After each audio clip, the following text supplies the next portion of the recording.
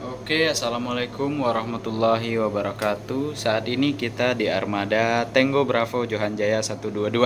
Posisi kita saat ini sedang di Melak, Kabupaten Kutai Barat, lebih tepatnya Kalimantan Timur.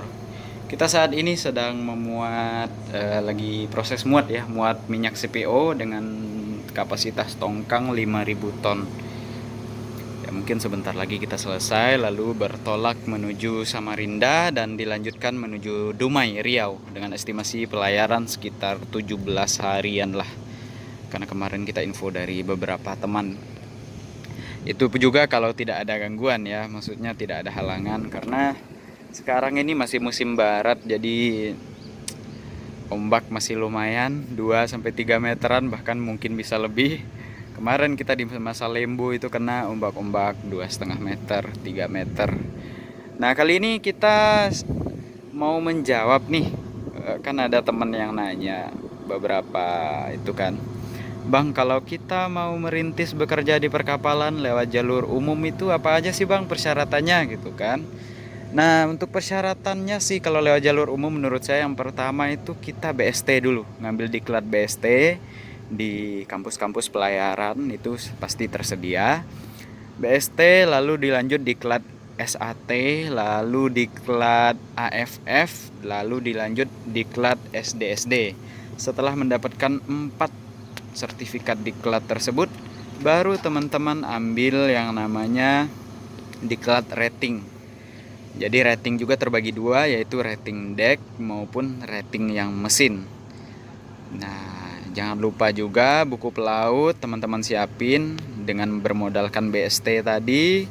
Teman-teman urus buku pelaut menuju kantor-kantor Kesyah Bandaran di yang terdekat.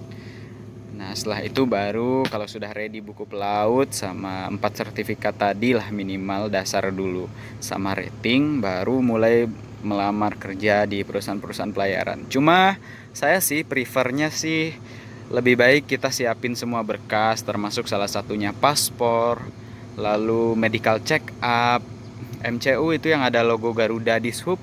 Itu kalau untuk di Jakarta saya kemarin berkisar antara 450 sampai ada 1 jutaan lah. Cuma ya rata-rata 700-600 ribuan banyak kok MCU untuk pelaut ya. Lalu MCU kalau untuk sekarang di era pandemi ini ya siapin kayak rapid test itu atau swab test juga ya. Cuma itu setelah kalau ada kantor yang minta sih. Jangan kita belum tentu join cuma sudah rapid test atau swab kan sayang gitu karena belum tentu join kan gitu.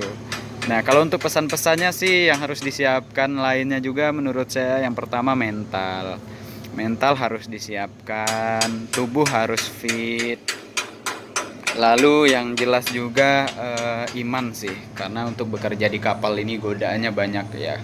Di luar dari stigma seluruh masyarakat kan banyak yang menilai wah pelaut ini begini begini begitulah.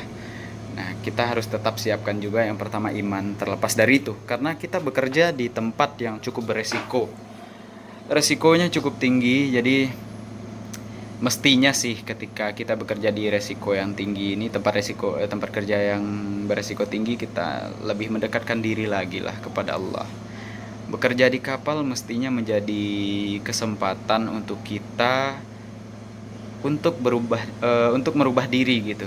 Kalau sebelumnya kita ya sholat tinggal-tinggal atau ibadah kita tidak setaat sebelum-sebelumnya ya, kalau bisa bekerja di kapal ini jadi kesempatan yang baik lah untuk kita merubah diri, itu yang pasti.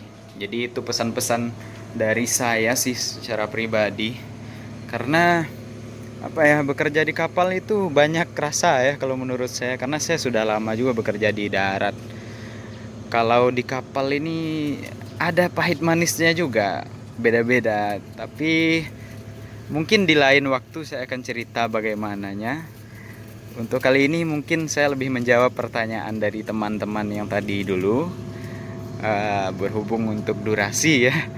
Jadi info-info selanjutnya nanti akan saya kasih tahu lagi di video-video selanjutnya. Jadi kalau ada pertanyaan silahkan, bisa juga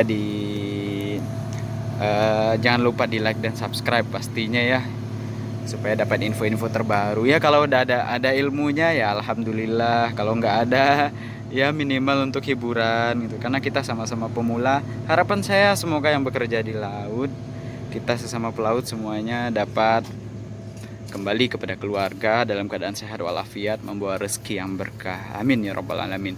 Sekianlah dari saya. Wabillahi taufiq wal hidayah. Wassalamualaikum warahmatullahi wabarakatuh.